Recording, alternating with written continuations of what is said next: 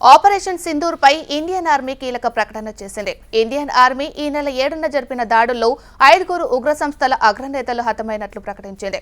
మృతుల్లో లష్కరే తోయిబాకు చెందిన అగ్రనేతలు మదస్సర్ కాయిదాన్ cos, Khalid హతమయ్యారు. వీరితో పాటు జైషే మహమ్మద్ చీఫ్ మసూద్ అజర్ బంధువులు అయిన హఫీజ్ మహమ్మద్ జమీల్, మహమ్మద్ యూసఫ్ అజర్ మరణించారు. ఇదే సంస్థకు చెందిన మరో టెర్రరిస్ట్ మహమ్మద్ హసన్ ఖాన్ కూడా హతమైనట్లు ఇండియన్ ఆర్మీ ప్రకటించింది.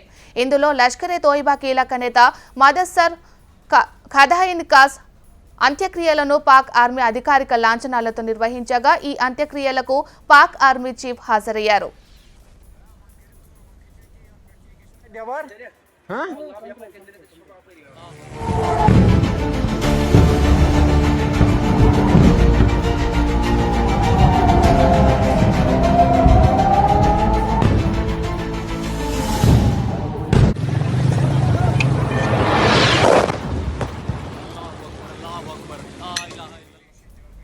ఆపరేషన్ సింధూర్ పై ఇండియన్ ఆర్మీ కీలక ప్రకటన చేసింది. మరి ఇదే అంశానికి సంబంధించి మరింత సమాచారాన్ని మా ప్రతినిధి ఆర్కే ఫోన్ ద్వారా అందిస్తారు. ఆర్కే,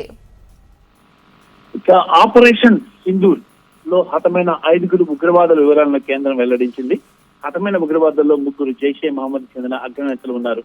2 లష్కరే తోయిబా అగ్రనేతలు హతమయ్యారు. అందులో మదస్సర్ ఖదాయిన్ కాష్ లష్కరే తోయిబా కూడా ఉన్నాడు. అయితే పాక్ ఆర్మీ లాంఛనాలతో మదస్సర్ అంత్యక్రియలు నిర్వహించారు. మదస్సర్ అంత్యక్రియలకు పాక్ ఆర్మీ చీఫ్, పాక్ లో పంజాబ్ సీఎం కూడా హాజరయ్యారు. ఇక మద్రస్ తో పాటు జైషే మహమ్మద్ వ్యవస్థాపకుడు మౌలానా మజూర్ అజాద్, పెద్ద బావమరిది హఫీజ్ మహమ్మద్ జమీల్, అజార్ మరో బావమరిది మహమ్మద్ యూసఫ్ అజాద్ హతమయ్యారు. వీరితో పాటు ఖలీద్ లష్కరే చెందిన వ్యక్తితను, అలాగే మహమ్మద్ హసన్ ఖాన్ జైషే మహమ్మద్ చెందిన వ్యక్తి కూడా భారత్ మట్టు పెట్టింది. మరి ఈ తాజా పరిస్థితి ఎప్పటికప్పుడు ప్రధానమంత్రికి అందజేశారు ఆర్మీ అధికారులు. మరి భారత్ పాకిస్తాన్ సరిహద్దుల ఉద్రిక్తతలపై ప్రధాని మంత్రి నరేంద్ర మోడీకి రక్షణ మంత్రి రాజ్నాథ్ సింగ్ పూర్తిగా వివరించారు. మరి ఈ 5 చనిపోయినట్లు ఆర్మీ ప్రకటించింది. అయితే ఇక తాజా పరిస్థితి కానీ మనం కానీ ఒకసారి కానీ చూసుకున్నట్లయితే ప్రస్తుతం అయితే యుద్ధ వాతావరణం కమ్ముకుంది.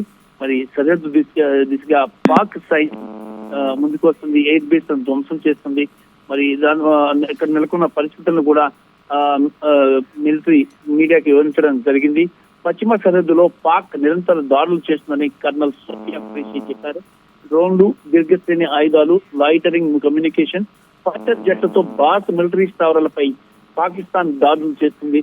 వాటిలో చాలా వరకు భారత్ చిక్కుకొట్టింది. కానీ 26 చోట్ల పాక్ డ్రోన్లతో దాడులు చేసింది. అవి ఉదంపూర్, భుజ్, పఠాన్కోట్, బఠిండా వాయుసేన స్థావరాల్లో పడ్డాయి. 4 సిబ్బంది గాయపడ్డారు. తెల్లవారుజామున 1:40 పాక్ హై స్పీడ్ మిసైల్ తో పంజాబ్ లోని వాయుసేన స్థావరాలు, శ్రీనగర్లోని అవంతిపుర, ఉదంపుర వైద్య కేంద్రాలపై దాడులకు దిగిందని, మరి ఖచ్చితంగా రెచ్చగొట్టే చర్యగానే సోఫియా పేర్కొన్నారు.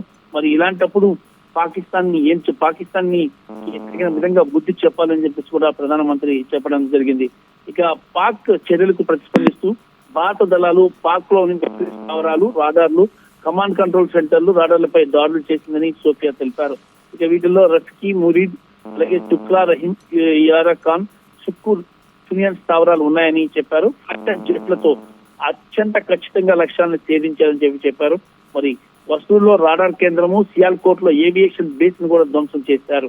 ఇక ఈ దాడుల సందర్భంగా పౌరుల ప్రాణాలు పోకుండా చాలా జాగ్రత్తలు తీసుకుని ఖచ్చితంగా దాడులు చేసినట్లు చెప్పడం జరిగింది. మరి ఏదైనా సరే ఇక తాజా పరిస్థితిని ఇటు కేంద్రం అలాగే అగ్రనేతలందరూ కూడా అంచనా వేస్తున్నారు. ఫర్దర్ గా ఏం చేయాలి అనే అంశం మీద కూడా నిర్ణయం తీసుకుంటున్నారు. Right, thank you RK.